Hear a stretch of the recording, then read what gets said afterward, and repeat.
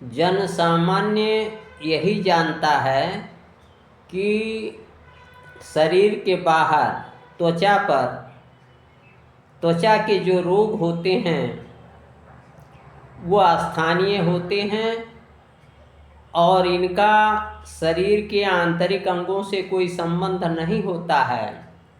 यही कारण है कि प्रायः लोग त्वचा के रोगों को बाहर से मरहम आदि लगा करके आराम करने की कोशिश करते हैं। आज हम इस वीडियो में इस बात की चर्चा कर रहे हैं कि क्या ये जो त्वचा रोग हैं जिन्हें हम स्थानीय मानते हैं, क्या ये त्वचा रोग जो हैं उनका आंतरिक अंगों से संबंध होता है अथवा नहीं होता है। इस बात को स्पष्ट करने के लिए हम आज डॉक्टर ई.बी. नैश के एक रोगी का उल्लेख कर रहे हैं।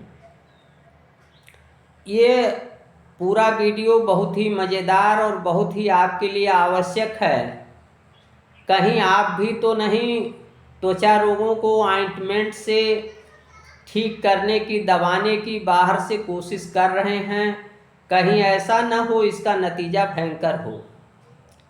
तो आइए सबसे पहले हम चर्चा करते हैं डॉक्टर ई.बी. नैश के एक रोगी की।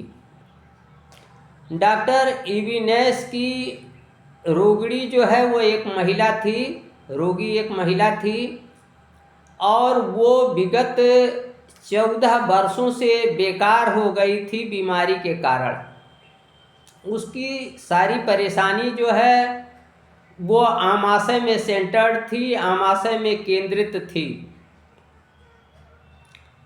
डॉक्टर नैश साहब ने बहुत प्रयास किया उसे ठीक करने के लिए, तमाम दवाएं दी, वो उससे बराबर प्रश्न पूछते रहे, जानकारी करते रहे।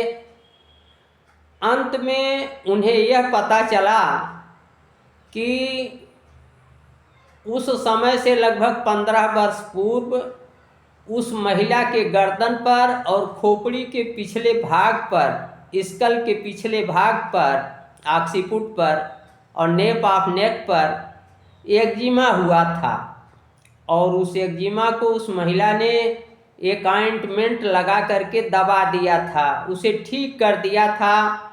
और महिला का यह कहना था कि जब उसने ऑइंटमेंट लगाया था उसके बाद कभी भी उसका नामो निशान नहीं दिखाई पड़ा उस एक्जिमा का, और उसी के बाद से उसे पेट की समस्या शुरू हुई थी।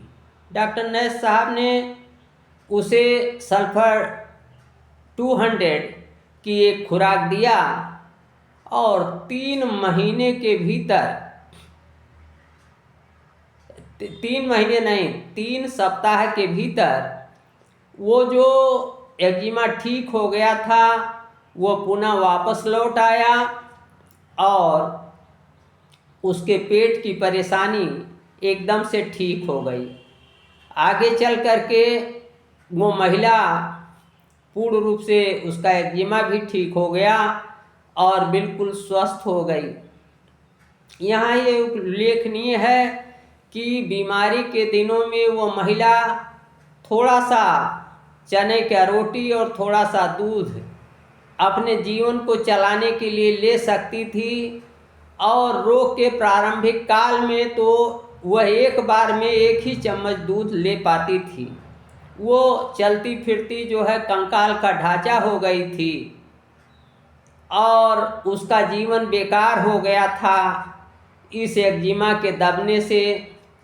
एक्जिमा रोग अंदर जो है आमाशय में चला गया था और जब नैश साहब ने उसे सल्फर 200 की खुराक दिया तो एक्जिमा अंदर से बाहर आ गया, पुनः दिखाई पड़ा, पेट की परेशानी खत्म हो गई और बाद में वो भी स्वस्थ हो गई, बिल्कुल स्वस्थ हो गई, एक्जिमा भी ठीक हो गया।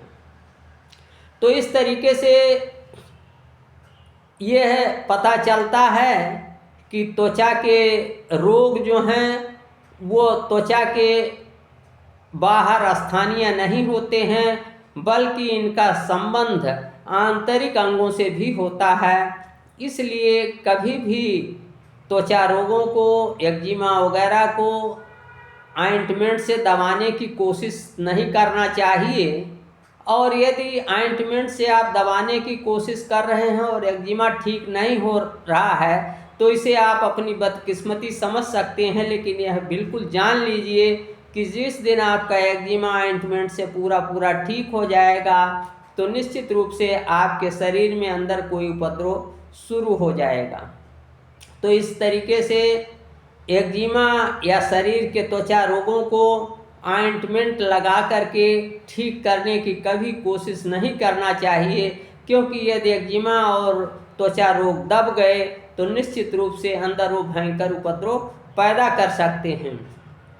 तो हमें इस बात से सावधान रहने की आवश्यकता है। आज बस इतना ही। नमस्कार, मैं डॉक्टर प्रेम नारायण।